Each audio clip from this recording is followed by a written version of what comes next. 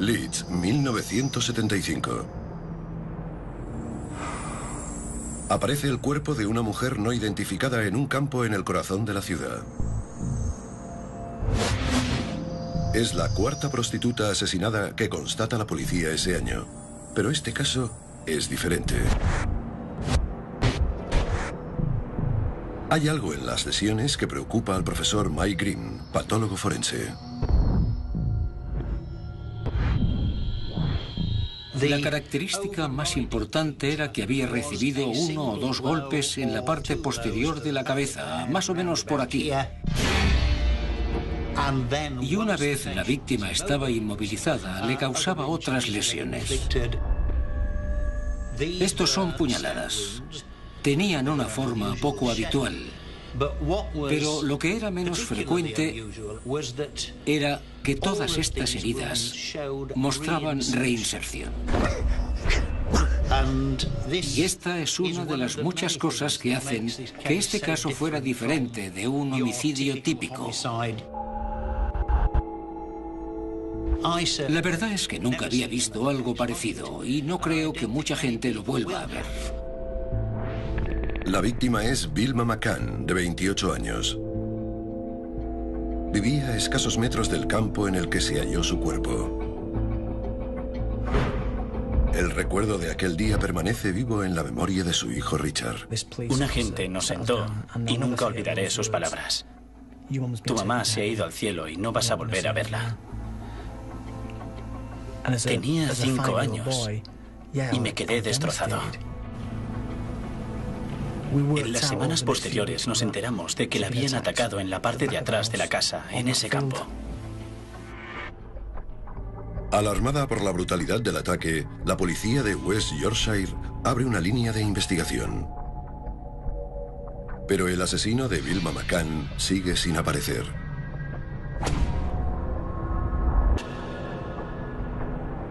Doce semanas después, aparece otro cuerpo en los callejones de Leeds. Una carta en el interior del bolso de la mujer la identifica como Emily Jackson, de 42 años. El forense Mike Green se da cuenta de que se está formando un patrón perturbador. Cuando apareció el segundo caso, empezaron a aflorar las similitudes. Volvía a tratarse de una mujer con un golpe en la cabeza, puñaladas en el abdomen. Y no olvidemos su profesión. Se decía que aquella mujer hacía la calle. A Kit Hedawell, el inspector jefe de la policía de West Yorkshire, le preocupa que no consigan encontrar al asesino. Nuestra estadística de casos de homicidios cerrados había sido alta, mayor que la del resto del país. Había años en los que no quedaba ninguno sin resolver, pero de repente teníamos uno y luego otro, y no los resolvíamos. Y los miembros de la policía se sentían frustrados. La prensa aprovechó las similitudes entre los dos homicidios. El inspector Andrew Laptew estaba presente cuando la policía encuentra la primera pista para identificar al asesino. Emily Monica Jackson fue hallada en la parte de atrás de una panadería. Vimos que tenía una huella de bota de goma muy clara en uno de los muslos. En la zona en la que se halló el cuerpo se encontraron más huellas de estas botas. El equipo de forenses procedió a su análisis. Se hizo un molde de las botas en escayola porque se dieron cuenta de que así tendrían una idea de la talla del calzado que había dejado la huella. Tenían un patrón de pisado con el que podían empezar a trabajar. Cuando el equipo de forenses descubre que la huella pertenece a una bota de trabajo de la talla 40, sospechan que el homicida puede ser un obrero.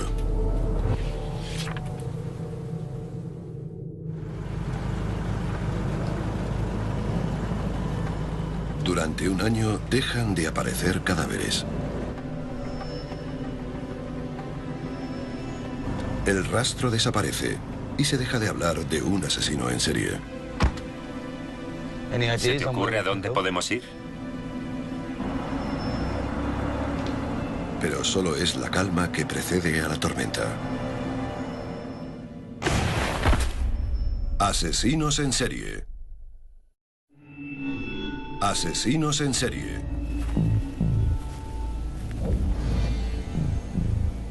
Se han hallado los cadáveres de 2 mujeres asesinadas de forma sospechosamente parecida en la ciudad de Leeds.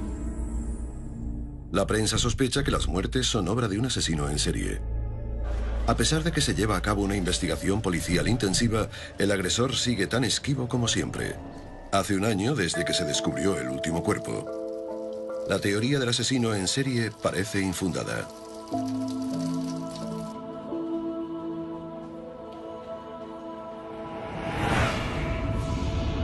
Pero todo está a punto de cambiar. Round Hay Park, un oasis al norte de Leeds.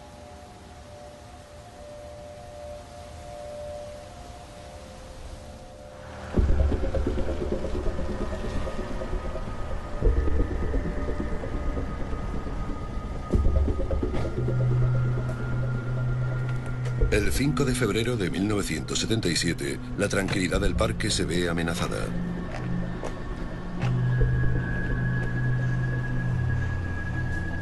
¿Estás bien, cielo? Vamos, ¿cuánto tiempo vas a tardar?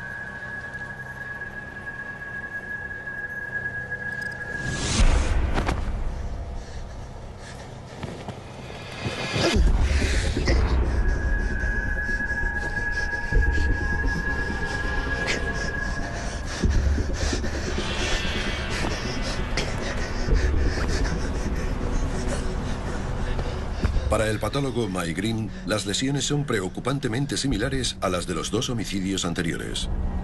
Cuando apareció el tercer cuerpo, vimos que volvía a tratarse de un golpe en la cabeza y de puñaladas en el abdomen, así que por aquel entonces estaba claro que era un asesino en serie.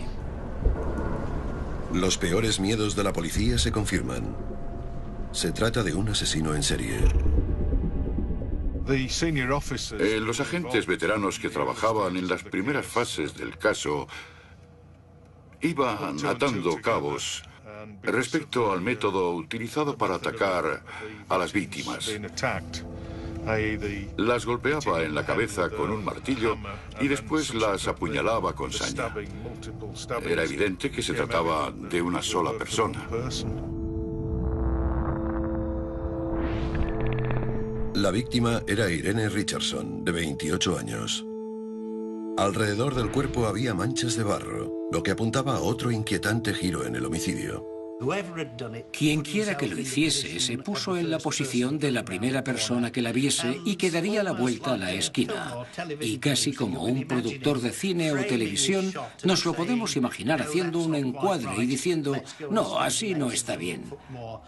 Voy a separarle las piernas un poco más. Arrastró su cuerpo al menos 2 veces, quizá 3, para conseguir el máximo impacto. Y allí estaban las marcas en el suelo. No solo colocó el cuerpo, sino también sus pertenencias. Le puso las botas con cuidado y dispuso el contenido del bolso perfectamente a un lado. Tras examinar la zona se descubrió algo en lo que el asesino no pensó. Huellas de neumáticos. La policía elaboró rápidamente una lista de los coches que utilizaban las mismas ruedas. Y empezó a localizar a los 53.000 propietarios de esos coches de diferentes modelos. A pesar de contactar con más de 30.000 propietarios, no obtienen más información y se detiene la búsqueda. Es un gran golpe para la policía.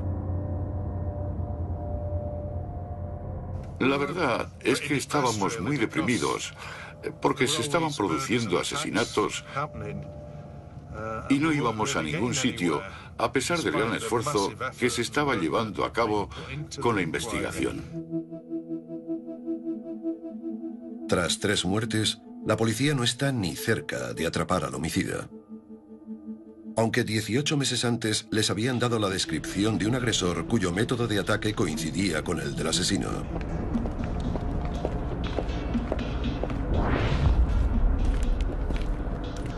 Tracy Brown, una niña de 14 años, vuelve a casa después de clase cuando se le acerca un hombre. Parecía muy tranquilo y no me daba cuenta de que debería tenerle miedo, de que debería temer a aquella persona. No me di cuenta de que estaba en una situación peligrosa. Lo que ocurre a continuación le sigue afectando, incluso 30 años después. Sentí un golpe seco. No me dolió. Fue tan fuerte que me dejó sin sentido. Me caí y cuando estaba en el suelo me volvió a golpear. Ni siquiera tuve miedo, solo recuerdo que le decía, para, por favor. Importunado por un coche que pasaba por la zona, el agresor de Tracy se da a la fuga. Aunque pasa una semana en el hospital, Tracy puede darle a la policía una descripción clara del sujeto. Tenía el pelo oscuro, tipo afro.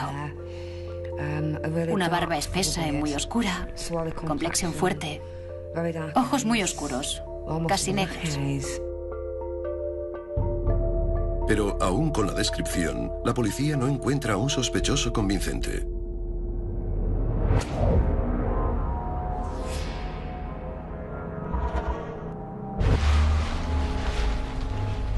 En la primavera de 1977 se descubre el cuerpo de una cuarta mujer.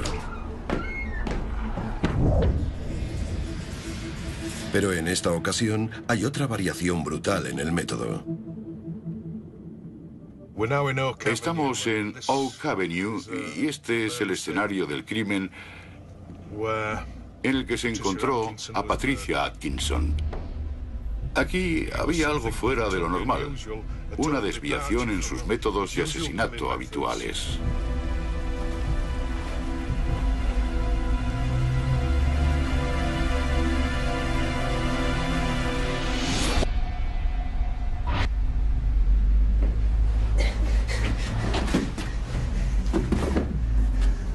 Es la primera vez que se encuentra un cuerpo en el interior. Y el ataque muestra indicios de una violencia que va en aumento. Las lesiones de la cabeza eran muchísimo más graves. Bajo la piel, el cráneo era como una bolsa de canicas, como solemos llamarlo. Al tocarlo, notabas que tenía fracturas múltiples.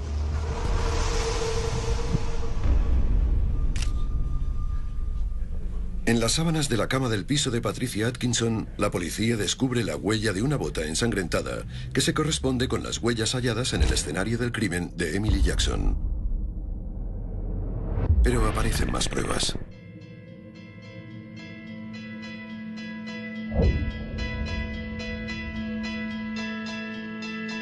En 18 meses, ha cobrado la vida de 4 mujeres y ha dejado huérfanos a 13 niños. La policía realiza entrevistas en 2.300 viviendas y recoge 2.000 declaraciones en vano.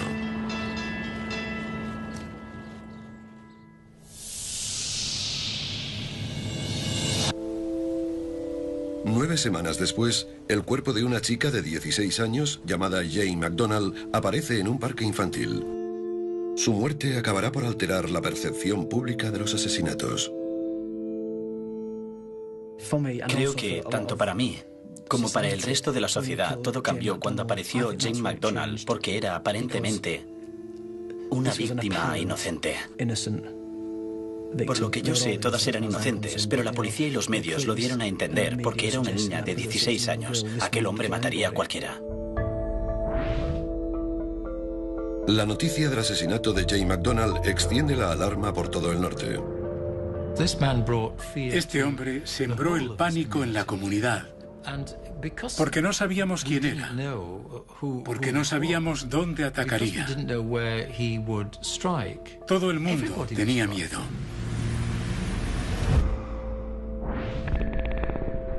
Tras el asesinato de Jane McDonald, George Oldfield, subdirector de policía, se pone al frente de toda la línea de investigación. Lo primero que hace es reunir toda la información sobre los 5 asesinatos.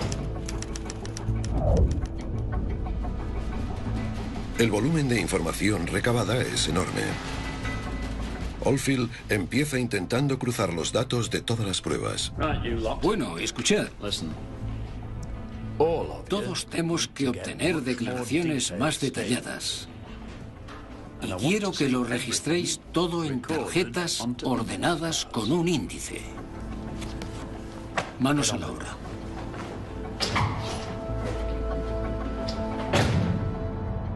Pero el sistema de tarjetas demuestra ser inadecuado para gestionar tantos datos. Harry Ognall, abogado de la acusación, lo recuerda. Tenían tal cantidad de documentación que tuvieron que reforzar el suelo para que soportara el peso. Lo primero que hay que decir es que estaban sobrepasados por el exceso de información y no contaban con medios efectivos ni eficientes para coordinarse. La sobrecarga de información es un problema que continuará lastrando la investigación.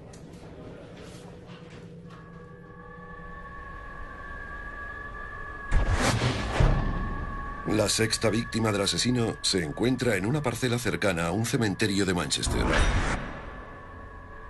El cuerpo corresponde a Jean Jordan, de 20 años.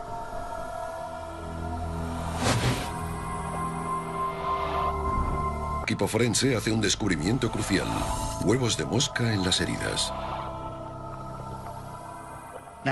Hay ciertas moscas que prefieren poner sus huevos a la sombra y otras que prefieren ponerlos al sol.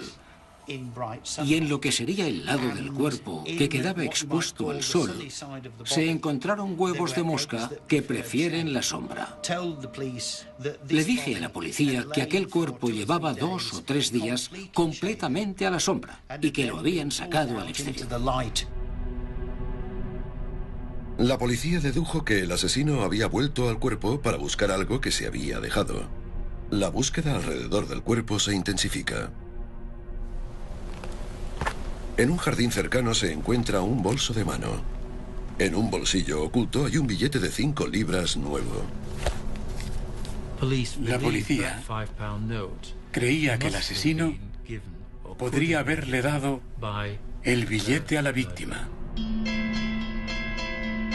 El billete de 5 libras se rastrea desde el Banco de Inglaterra hasta Yorkshire y la policía obtiene una lista de 35 empresas que podrían haber usado aquel billete para pagar a sus empleados. Una de ellas es TWH Clark, una empresa de transporte donde Peter Sutcliffe trabaja conduciendo un camión. Como posible receptor del billete de 5 libras, la policía interroga a Sutcliffe. Vamos a pasar por donde vivía Peter Sutcliffe. Esta es la casa en la que vivía con su mujer Sonia. La policía le pregunta a Sutcliffe dónde estaba la noche en que Jean Jordan fue asesinada. Anoche dimos una fiesta. Lo recuerdo porque acabé llevando a unos cuantos a casa. ¿Verdad? ¿Te acuerdas, no? Sí. Sutcliffe explicaría más adelante por qué la policía no dudó de su coartada. En aquel momento Sutcliffe se escapó por los pelos. Aquel fin de semana la policía había realizado 400 entrevistas y más adelante reconoció que los agentes estaban tan cansados que cualquier cosa que les hubiera dicho lo habrían creído. El fracaso de la investigación relacionada con el billete de 5 libras acaba en tragedia. Menos de 6 meses después de la entrevista con Sutcliffe, aparecen los cuerpos de Yvonne Pearson y Helen Reitker. En mayo de aquel año, descubren a la 9ª víctima, Vera Millward, de 40 años. La prensa ya había apodado al asesino el Destripador de Yorkshire. La caza del destripador se intensifica. Se da paso a una investigación encubierta y se anotan las matrículas de los coches que frecuentan zonas de prostitución. La policía busca coches que se localicen en 2 o más distritos. Y un nombre empieza a repetirse.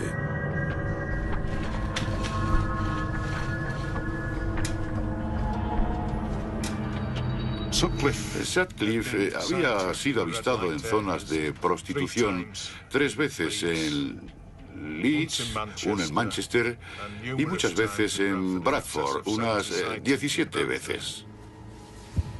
¿Otra vez? Los invitaría a sentarse, pero... ¿Nos disculpas un momento, cariño?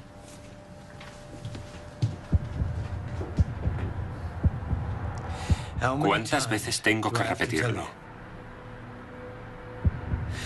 Paso por el centro de Bradford cuando vuelvo a casa.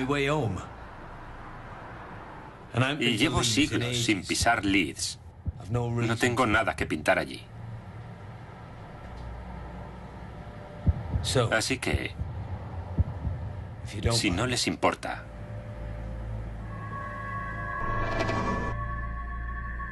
La policía no queda satisfecha con las respuestas de Sutcliffe y concierta otra entrevista. Pero cuando aparece el cuerpo de Josephine Whittaker, secretaria de una constructora, la entrevista se cancela. Parece que la operación en la zona de burdeles fracasa.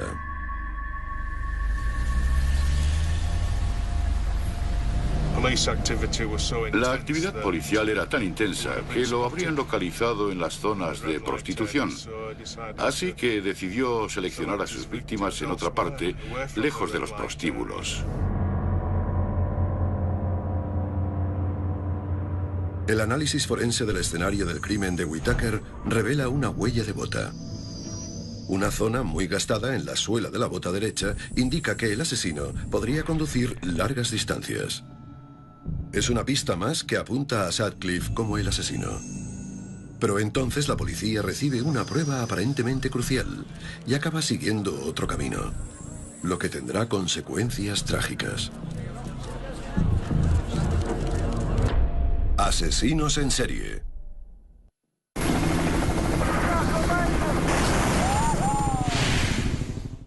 Hoteles de 0 estrellas, transportes de última clase y compañías muy poco simpáticas.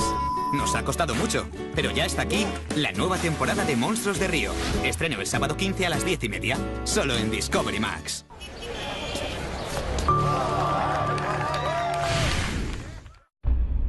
Asesinos en serie. En menos de 4 años, el asesino conocido como el Destripador de Yorkshire se ha cobrado la vida de 10 mujeres. La policía británica lleva a cabo la mayor caza de su historia. Un camionero llamado Peter Sutcliffe ha sido interrogado 4 veces en relación con los asesinatos. ¿Se estará estrechando el cerco alrededor del Destripador de Yorkshire?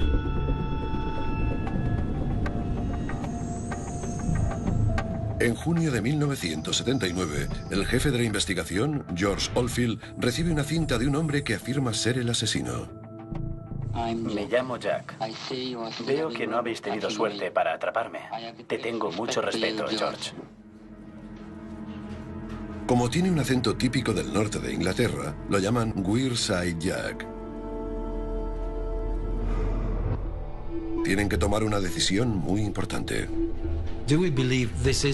¿Creemos que es el hombre que buscamos y vamos a por él? ¿O suponemos que es un engaño y lo ignoramos? Llevamos 4 años esperando que haga una tontería y ya lo ha hecho. Si este imbécil cree que nos puede mandar una cinta, tomarnos el pelo y librarse de nosotros, está muy equivocado. Así que decidimos ir a por él. Y si lo hacíamos, teníamos que tomárnoslo en serio. Y eso fue lo que hizo George. El acento se convierte en una pieza clave del perfil del asesino. Esto es el criterio de eliminación. Calzado de la talla 40 o menor. Grupo sanguíneo B. Y vive y trabaja en Yorkshire. Pero no hay duda que es del noroeste.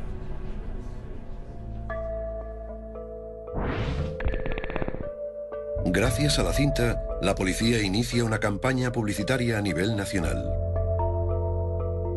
Uno de los recuerdos más vivos que conservo de aquella época es de cuando la policía de West Yorkshire recibió la cinta. Me llamo Jack y no estáis ni cerca de cogerme, aunque haya empezado esto hace 4 años. La escuché una noche y pensé, Dios mío, ese es el hombre que mató a mi madre y me va a matar a mí también. Y aquel recuerdo escalofriante me persigue desde entonces. La policía recibe instrucciones de continuar con las entrevistas para tomar nota de los acentos de los hombres interrogados. Andrew Laptew va a interrogar a Peter Sutcliffe. Le explicamos qué queríamos y nos invitó a pasar a su salón. No sé por qué no dejan de molestarnos. Mis compañeros de trabajo han empezado a llamarme destripador. Y ya me estoy cansando. En aquel momento intentábamos romper el hielo con Sonia. Es tu oportunidad para librarte de tu marido, si quieres. Normalmente la gente reacciona, se ríe o algo así. Pero Peter Sutcliffe y Sonia no dijeron nada. No contestaban nada, ni una risa. Me pareció un poco extraño. ¿Nos traes una taza de té?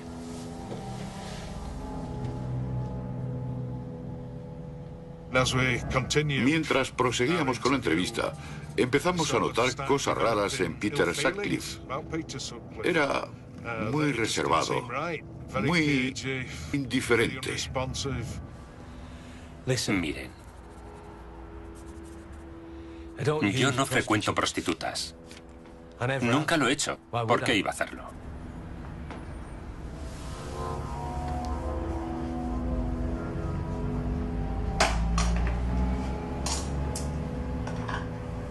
Cuando empezamos a analizarlo en profundidad, empezaron a sonar determinadas alarmas, como su aspecto, que encajaba perfectamente con la descripción.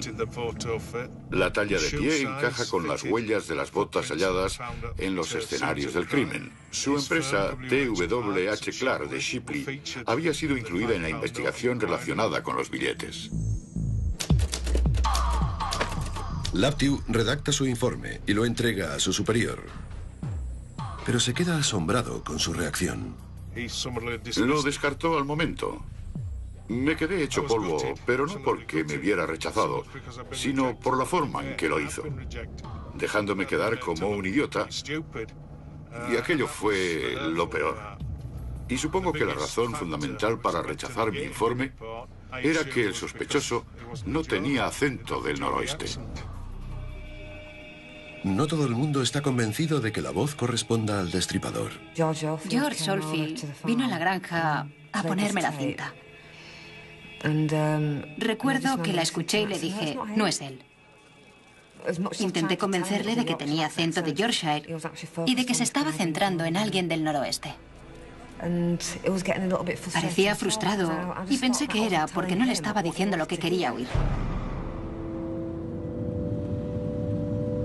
Con Sutcliffe descartado como sospechoso, no tarda mucho en aparecer otro cuerpo. El 2 de septiembre de 1979, el asesino vuelve a la carga. Esta es la zona de Bacchus Grove, donde encontramos a Barbara Leach, una estudiante de la Universidad de Bradford. La agredió, la apuñaló y la dejó tirada en un callejón, en un nicho normalmente reservado para los cubos de basura.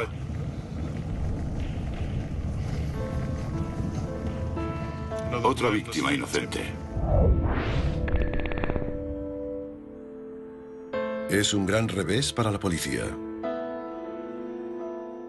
Si eres agente de policía y ayudas y quieres a una comunidad, te preocupas. Formas parte de ella y compartir todo aquel dolor fue horrible.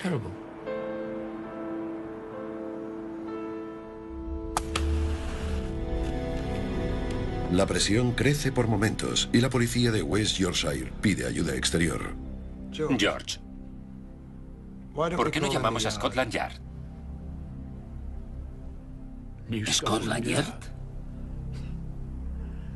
Esos inútiles ni siquiera han atrapado a su destripador. Venga. Vete a casa.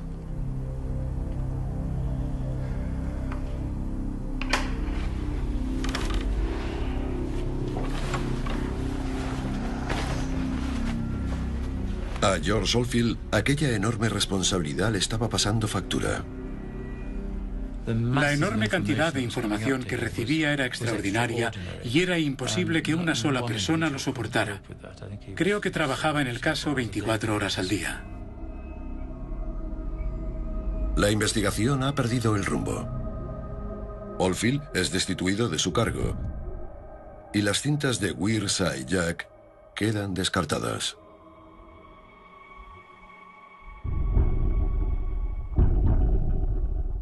Entre agosto y noviembre de 1980, el Destripador se cobra la vida de 2 víctimas más. Margaret Walsh, funcionaria, y Jacqueline Hill, estudiante. 6 de los mejores policías del país acuden para ayudar con la investigación. Se les conoce como la Superbrigada del Destripador. Uno de los miembros más importantes es el profesor Stuart Kind, forense.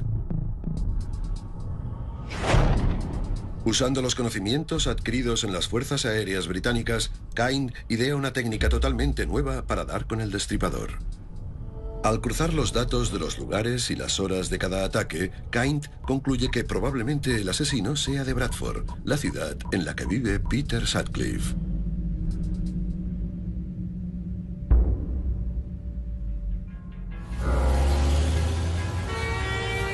El perfil geográfico de Kind lleva a la policía un paso más cerca de Sutcliffe.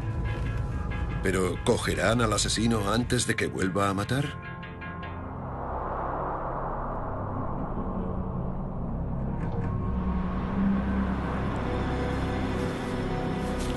El 2 de enero de 1981, el sargento Robert Ring y el agente Robert Heights hacen un control rutinario en una zona frecuentada por prostitutas. ¿Cómo se llama?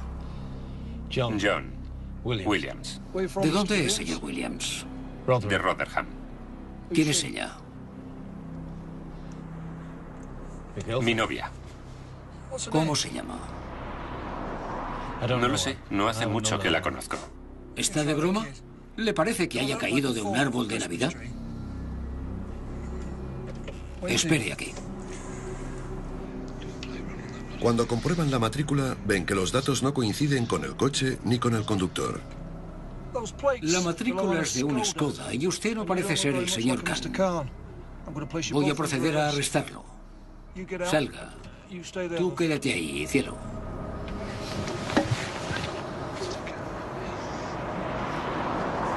¡Alto! ¿A dónde cree que va? ¡Vuelva aquí! Voy al baño. Puede ir ahí, donde pueda verlo. Olvídelo.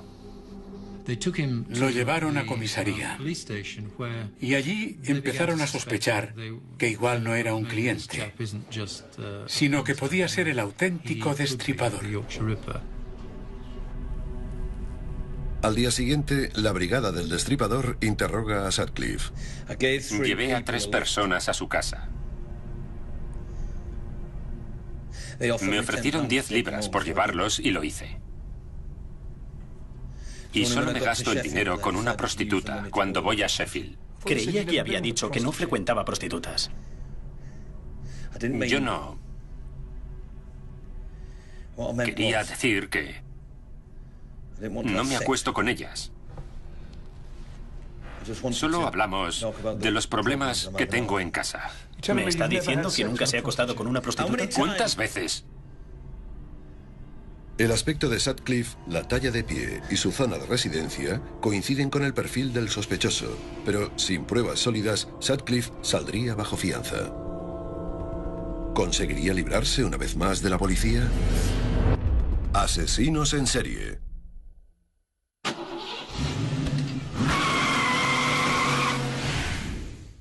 Cuatro campos de fútbol de largo, 8 carriles de ancho, 3 Airbus A380 de alto, Descubre paso a paso cómo se ha construido el barco más grande del mundo. Estreno el miércoles 12 de febrero a las 10:30, solo en Discovery Max.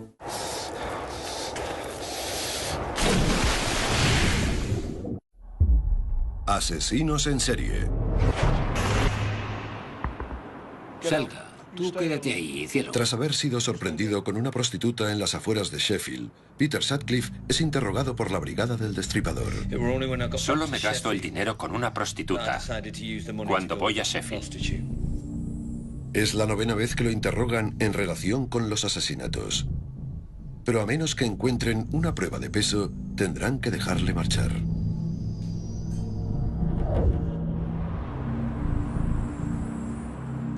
Cuando el sargento Robert Ring se entera de que el hombre que ha arrestado la noche anterior está siendo interrogado por la Brigada del Destripador, decide seguir una corazonada. Recuerda que Sutcliffe había desaparecido unos segundos. ¡Alto! Y vuelve a la zona para investigar.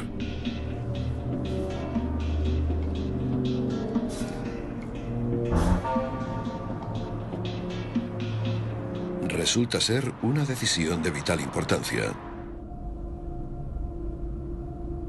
La policía le muestra a Sutcliffe sus hallazgos. Creo que os estáis acercando. ¿A qué? Al destripador de Yorkshire. ¿Qué pasa con el destripador de Yorkshire?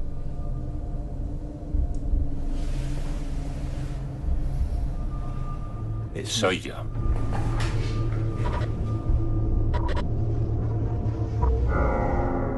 Sutcliffe me dijo que en aquel momento, milagrosamente, Dios le había dicho que contara la verdad, que su misión había terminado. Esa fue la versión de Sutcliffe. Quiero contaros lo que he hecho. Me alegro de que haya acabado. De repente nos sacamos un gran peso de encima. Nos sentimos liberados, porque por fin había terminado todo aquello. Habíamos atrapado a aquel hombre y habíamos cerrado un capítulo. Estábamos eufóricos.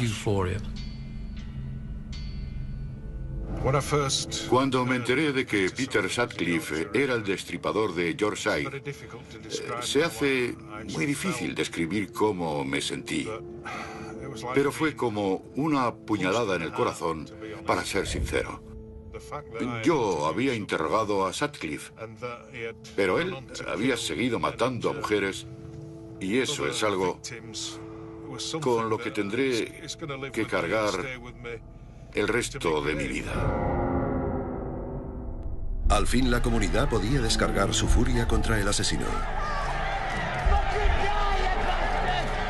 El hombre arrestado en relación con los asesinatos del destripador de Yorkshire se llama Peter Sutcliffe y es un camionero de Bradford. ¡Muere! ¡Muere! ¡Muere! ¡Muere! La gente estaba encolerizada, furiosa. Sus emociones afloraban en el juzgado, en las calles. El 29 de abril de 1981 comienza el juicio contra Sutcliffe en Old Bailey. A pesar de haber confesado sus crímenes, Sutcliffe alega que los crímenes no fueron premeditados para eludir responsabilidades. La tesis de Sutcliffe, si es que puede llamarse así, era que había tenido una experiencia en el cementerio de Bingley mientras contemplaba la lápida de la tumba de un polaco. En aquel momento recibió un mensaje de Dios que le encomendaba la misión divina de asesinar prostitutas. Los implicados en la investigación tienen otra opinión al respecto. Creo que mató a aquellas mujeres para obtener algún tipo de satisfacción sexual. Creo que era la única forma que tenía de conseguirlo. Necesito que se quite la ropa para el análisis forense.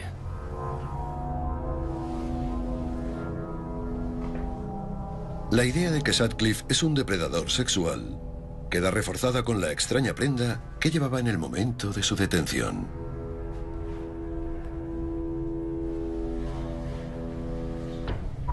¿Qué demonios es eso? Calentadores. Los calentadores de Sutcliffe estaban hechos con un jersey de cuello en pico que los utilizaba para protegerse las rodillas mientras los genitales quedaban al descubierto. Esta prenda, según he entendido, demostraría que las agresiones, y en algunos casos, muchos de ellos, los asesinatos eran premeditados porque se masturbaba sobre sus cuerpos. El juicio contra el destripador de Yorkshire se prolonga 14 días. La exoneración de responsabilidad fue denegada y el jurado lo declaró culpable de 13 casos de homicidio. Sutcliffe es condenado a 20 cadenas perpetuas. Creo que todo el país quería que fuese condenado, encerrado de por vida. Y sospecho que a gran parte de la población, especialmente en Yorkshire, le hubiera gustado verlo colgado. Y eso era lo que yo pensaba, que deberían haberlo colgado. Pero para la policía, la euforia no dura demasiado. Aparece un informe que ridiculiza los 5 años que la policía había dedicado a la investigación.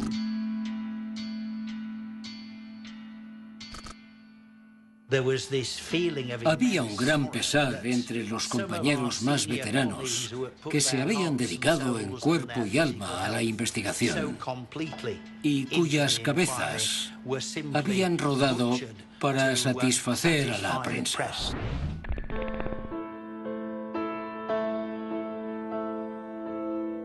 El informe acaba definitivamente con la carrera de George Oldfield.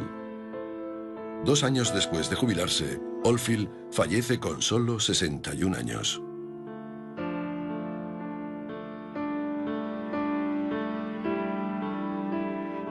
«30 años después, los efectos de la brutalidad de Sutcliffe se siguen padeciendo». ¿Por qué me hizo aquello? ¿Qué le pasaba por la cabeza? ¿Cómo se sentía? ¿Tiene remordimientos por lo que hizo? No solo por mí, sino por todas las demás. ¿O es que no tiene nada dentro y es simplemente malvado? He visto cómo ha afectado a mi familia, a mis hermanas, sobre todo a Sonia, la mayor, que creía que no merecía sobrepasar la edad de mi madre, que murió a los 28. Cuando Sonia los cumplió, se puso peor porque creía que no merecía vivir. Y desgraciadamente, Sonia se suicidó en diciembre. Las pasadas Navidades y... todo eso se lo achaco a lo que hizo Peter Sutcliffe la noche que mató a mi madre. En 2006, John Campbell, de 50 años, admitió haber enviado las cintas falsas y fue condenado a 8 años por obstrucción a la justicia. Más tarde, Peter Sutcliffe le confesó a Keith Hallowell que había agredido a Tracy Brown.